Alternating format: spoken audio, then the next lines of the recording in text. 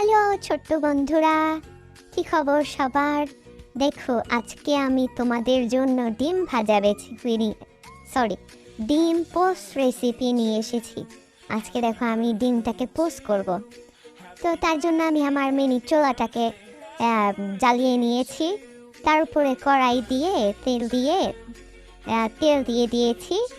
এখন আমি দিয়েছি। ডিম দেওয়ার পর এটাকে ভাজা করতে হবে।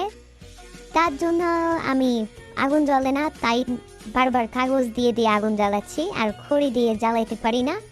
তার জন্য আমি শুধু কাগজই ব্যবহার করতেছি। এখন কিছু করার নেই। ডিম তো লেগে গেছে, ডিম তো উঠতেছে না। কি একটা মুসিবত! হাই হাই রে! আরে ভাঙ্গে গেল মাঝখান থেকে। আচ্ছা যাক, এরকমই থাক। এখন তেরা বেকা হয়ে গেছে, কিছু করার নাই। আর এদিকে শুধু নিবেই দেয় চুলা।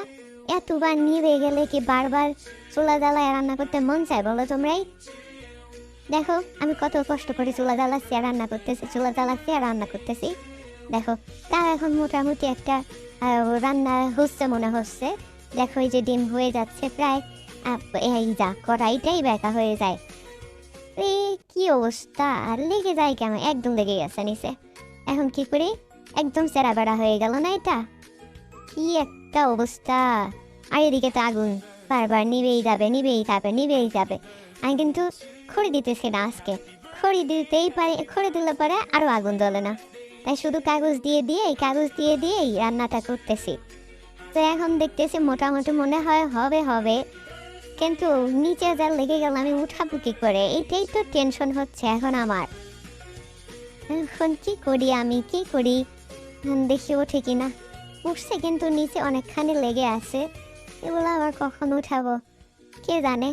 দেখি, যাক, এটারে উঠায় ফেলি। যা হয়েছে দেখি, ঘষে যাক। ভালোভাবেই তো একটু হলো এটা। মোটামুটি পুরা কেউ খারাপ বলো না, কিন্তু পুরা সুন্দর হয়েছে। ঠিক আছে, বলবা যে ভালো হয়েছে। তারপরে একটা কাজ করি, দেখি আমি আর একটা ডিম ভাজি কেমন হয় এরপরেরটা। হ্যাঁ, তারপর জন্য আমি আবার তেল দিয়ে আমার ক্ষেতের ডিম, না মানে আমার খামারে মুরগি আছে, তো সেই মুরগির ডিম দিয়ে দিলাম। একদম কোনো রকম কেমিক্যাল ছাড়া ডিম, এটা কোনো রকম সার পদার্থ ছাড়া ডিম। তো আমি এখন এই ডিমটা দিয়ে দিলাম।